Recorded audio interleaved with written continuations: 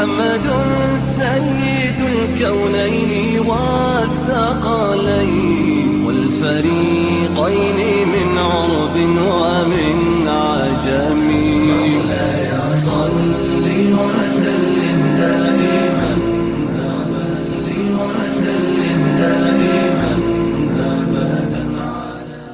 الحمد للہ وحدہ والصلاة والسلام علی من لا نبی بعدہ اما بعد اعوذ باللہ من الشیطان الرجیم بسم اللہ الرحمن الرحیم انا نحن نزلنا الذکر وانا له لحافظون صدق اللہ العظیم. لمبا وقت ہو چکا ہے، قرآن کی محبت پر آپ جمع ہوئے ہیں. دو چار باتیں عرض کرنی ہیں. تقریباً 5-6 سال پہلے اسی جامعہ اصحاب صفہ کا ایک پروگرام ہوا تھا، اس میں حاضری ہوئی تھی. آج پھر سے اللہ پاک نے موقع دیا، نسبت قرآن پر ہم آئے ہیں. آنے والے تمام حضرات سے میں گزارش کروں گا، حفاظ کی بہت کثرت ہو رہی ہے، تلاوت قرآن کی قلت ہو رہی ہے. تلاوت قرآن کو اس کی کثرت کی جاوے. عام طور پر ہم اپنے مکاتب میں بھی یہی کہتے ہیں، ایک مجاز بنا ہوا ہے کہ اگر ناظرہ پڑھ لیا پھر قرآن بند ہو گیا تو شاید کبھی بچہ پھر تلاوت قرآن کرتا ہی نہیں ہے. اور یہی حال ہمارا بھی ہے کہ ہماری اولاد، ہمارے بچے، ہمارے پوتے، ہمارے نواسے، اب تو ماشاءاللہ ایسا مجاز بن رہا ہے کہ بچیاں بھی حافظ قرآن ہو رہی ہے. ویراول کے اندر بچیوں کا ایک مدرسہ ہے، روح اسلام کے ماتحت بچیاں حافظ قرآن ہو رہی ہے. لیکن ایک بہت ادب کے ساتھ گزارش یہ ہے کہ صرف حفظ قرآن پر ہم مطمئن نہ ہو جائیں. ہم نے حفظ قرآن اس لیے کیا اور کروایا ہے تاکہ ہماری اولاد موت تک قرآن کی تلاوت کرتی رہے. اس میں بہت ہم کمزور ہیں، اس لیے میں معذرت چاہتا ہوں کہ ہم نے جو ان کو حفظ کروایا ہے ہم پابندی کے ساتھ اپنی اولاد کو اس کا پابند بنائیں. اور ہمارے بزرگوں کا یہ عمل رہا. حضرت شیخ زکریا علیہ رحمہ مہاجر مدنی رحمت اللہ علیہ اپنی اللہ پاک نے ہمارے ایک جامعہ مظاہر سہارنپور کے تخصص فی الحدیث کے ایک استاد تھے، حضرت مولانا زین العابدین صاحب اعظمی نور اللہ مرکزہ. وہ یوں فرماتے تھے جیسے اللہ تعالیٰ نے زبور کو حضرت داؤد علیہ السلام کے لیے آسان کر دیا تھا، حضرت شیخ زکریا کے خاندان کے لیے اللہ تعالیٰ نے قرآن کو آسان کر دیا. کوئی ان کا نواسا، کوئی نواسی، کوئی پوتا، کوئی پوتی ان کی اولاد میں ایسا نہیں ملے گا جو حافظ قرآن نہ ہو. لیکن صرف حافظ قرآن نہیں تھے. حضرت شیخ نے لکھا ہے فضائل رمضان میں کہ ہماری گھر کی مستورات اپنے گھر کے کام کے ساتھ 15 پارے روزانہ قرآن کی تلاوت رمضان میں کرتی تھی. یہ تو رمضان کا معمول تھا، غیر رمضان میں بھی ماشاءاللہ ان کے گھرانوں میں قرآن کی تلاوت زندہ تھی. آپ سے گزارش کرتا ہوں کہ قرآن کی تلاوت کا ہم اپنی اولاد کو پابند بنائیں. سورہ یاسین صبح سے ان سے شروع کروائیں، رات جب آئے تو سورہ ملک کی تلاوت کے بعد ان کی آرام کا ہم انتظام کریں. ایک گزارش یہ ہے. دوسری بات یہ عرض کرنی ہے، مدرسہ بہت چھوٹا ہے، کام بہت بڑا ہے. یہ پروگرام سے مجھے پتا چلا مدرسہ بہت چھوٹا ہے، کام بہت بڑا ہے. ہم ان کے کام کی قدر کریں، محبت اور عظمتوں سے دیکھیں، دل کے اندر اس کو جگہ دیں. ان کی محبتیں اور یہ قرآن کی محبتیں ہیں، اور قرآن کی محبتیں آپ کو اور مجھ کو انشاءاللہ جنت الفردوس میں پہنچائے گی. یہ آپ صرف اصحاب صفہ مدرسے سے محبت نہیں کر رہے ہیں، ان کے اسٹاف سے محبت نہیں کر رہے ہیں، ان کے طلبہ عزیز سے محبت نہیں کر رہے ہیں. سرزمین مغرب کے غیر مسلمانوں قرآن کی محبت میں آپ نے وہ انعام دیے ہیں. اگر مفتی صاحب ان انعام کو جاری شمار کرواتے تو مجھے اندیشہ تھا، خطرہ تھا کہ کہیں فجر کی اذان نہ ہو جائے. اتنے انعامات، اللہ اکبر کبیرہ. ایسے حالات میں اس وقت ساری دنیا معاشی تنگی کا شکار ہے، معاشی تنگی کا شکار ہے. الحمدللہ قرآن کی محبت پر آپ بے تحاشا اپنے مال کو اور اپنی محنت پسینے کی گاڑی کمائی کو آپ اس قرآن پر آپ لگا رہے ہیں. اللہ اس کو ضائع نہیں کرے گا، اللہ اس کو ضائع نہیں کرے گا۔ دنیا میں بھی اللہ اتنا آپ کو عطا کرے گا، آپ کی نسلوں کو اللہ تعالیٰ اس کا اجر عظیم اللہ عطا فرمائے گا، اللہ آپ کی اولادوں کو محروم نہیں کرے گا۔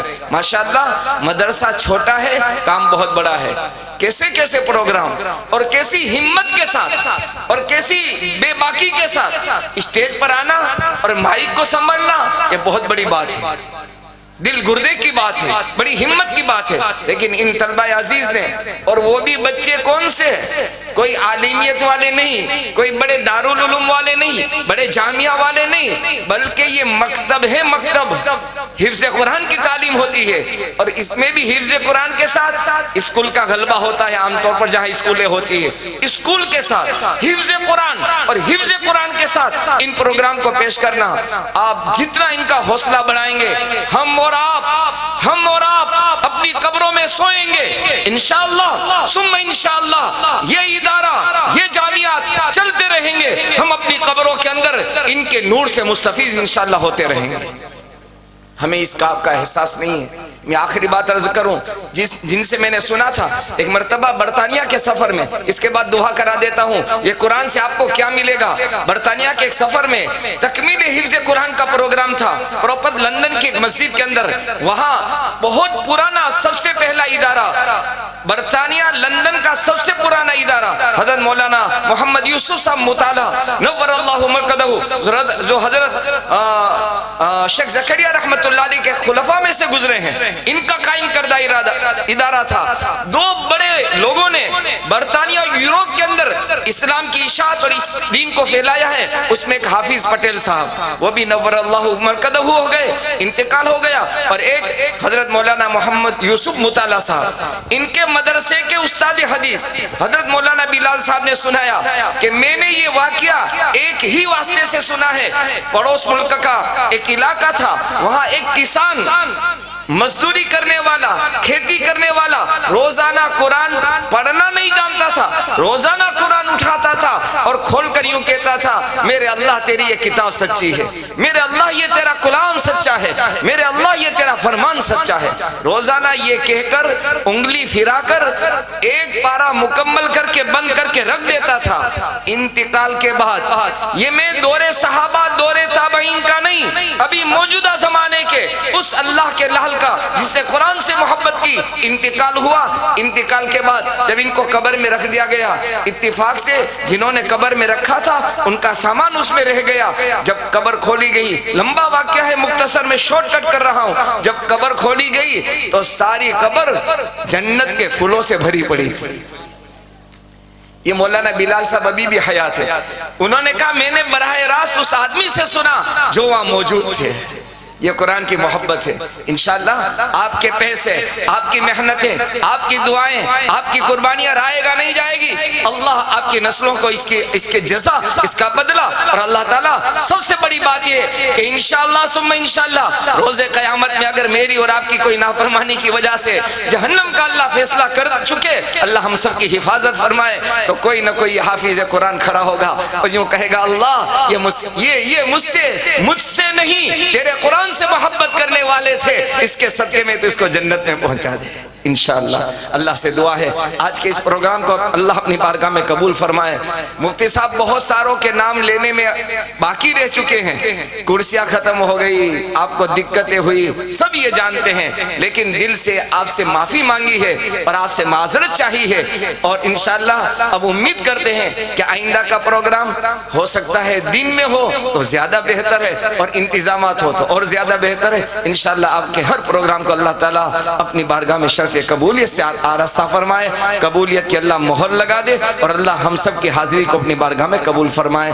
درود شریف پڑھ لے، دعا کر لیتے ہیں۔ اللہم لک الحمد کما ينبغی لجلال وجہک وعظیم سلطانک، اللہم لا نحصی ثناء علیک انت کما اثنیت علی نفسک، یا رب صلی وسلم دائما ابدا علی حبیبک خیر الخلق کلہم۔ اے اللہ، اے زمین اور آسمان کے پیدا کرنے والے، ساری دنیا سو گئی ہے، آج شب جمعہ ہے، آج شب جمعہ ہے۔ اے اللہ تیرے ان بندوں نے، ان معصوم بچوں نے تیرے قرآن کو اپنے سینے میں محفوظ کیا ہے۔ اے اللہ ایک منظر قیامت کے میدان میں تو قائم کرے گا، ان کے ماں باپ کے سر پر تو تاج رکھے گا۔ اے اللہ 14ویں رات کے چاند سے وہ زیادہ منور ہوگا۔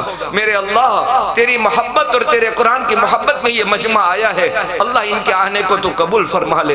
ساری دنیا سو گئی ہے، سب نے اپنے دروازے بند کر لیے ہیں، ہم گنہگار، ہم خطاوار، ہم مجرم، ہم سیاہکار تیرے دربار میں اپنی غلط زندگی کی معافی مانگنے کے لیے ہاتھ پھیلا چکے ہیں۔ اے اللہ ہماری غلط زندگی کو معاف فرما دے، صحیح زندگی گزارنے کی توفیق عطا فرما دے، اپنے نیک بندوں میں ہمیں شامل فرما لے، اپنے ابرار بندوں میں ہمیں شامل فرما لے۔ اے اللہ امت کا بہت بڑا طبقہ معاشی تنگی کا شکار ہے، حلال پاکیزہ طیب برکت والی روزی عطا فرما۔ حرام جہاں ہو اللہ، حرام جہاں ہو، جس جگہ ہو، جس کے پاس ہو، ہماری اور ہماری نسلوں کی حفاظت فرما لے، ہماری اور ہماری نسلوں کی حفاظت فرما لے، حلال پاکیزہ طیب روزی نصیب فرما دے۔ اللہ بہت بڑا طبقہ گھروں میں، اسپتالوں میں، روحانی جسمانی بیماریوں میں مبتلا ہے، اللہ تمام کو شفائے کاملہ عاجلہ دائمہ نصیب فرما، پریشان حالوں کی پریشانیوں کو دور فرما، مقروضین کو قرضوں سے چھٹکارا نصیب فرما، قیدیوں کو رہائی عطا فرما۔ بہت بڑا طبقہ ظلمن، بہت بڑا طبقہ ظلمن اللہ تیرے نام لیواؤں کا سلاخوں کے پیچھے ڈال دیا گیا ہے۔ اللہ کون چھڑائے گا؟ اللہ تو ہی چھڑائے گا۔ کون رہائی دے گا؟ اللہ تو ہی رہائی دے گا۔ اللہ ان مظلوم مسلمانوں کی رہائی کی شکلیں پیدا فرما، اللہ انہیں باعزت بری فرما، اللہ انہیں باعزت بری فرما۔ اے اللہ آنے والے اس زلزلے کے اندر تیرے بندے بے یار و مددگار ہو چکے ہیں، اے اللہ ان کی ضرورتوں کو اپنے خزانے سے پورا فرما دے۔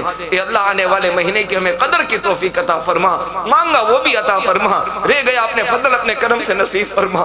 اے اللہ اسی سرزمین میں ہم نے ٹوٹے پھوٹے الفاظ پڑھے ہیں، اس سرزمین کے اے اللہ اہل خیر حضرات نے اے اللہ اس بولنے کے پیچھے بہت پیسہ لگایا تھا، ہمیں اے اللہ پڑھایا تھا، میرے مالک ان میں سے بہت سارے اے اللہ تیری آگوش رحمت میں سو چکے ہیں۔